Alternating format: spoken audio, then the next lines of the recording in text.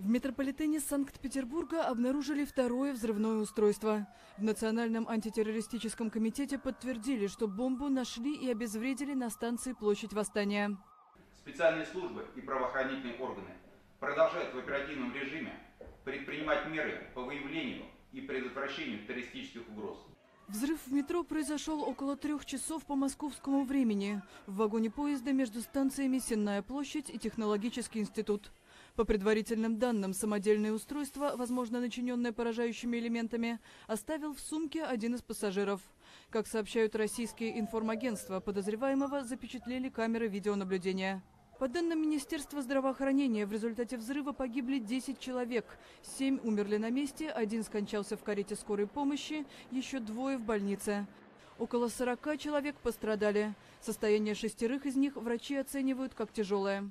Наталья Кириллова ехала на поезде, в котором сработало устройство. Она рассказала, что в вагоне было много молодых людей, женщин и детей. Мы вылезали, вагон обрушился весь. Он весь стал черный, там стало все сыпаться. И даже подъезжая к самому, вот когда мы увидели, очень хорошо, что поезд не остановился. И он летел на скорости. И вот мы лежали там, значит, и мы думали, я думала, господи, только бы доехать.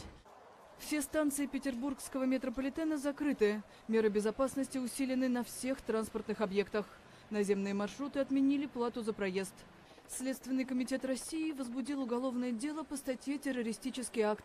Администрация Санкт-Петербурга объявила в городе 3-дневный траур.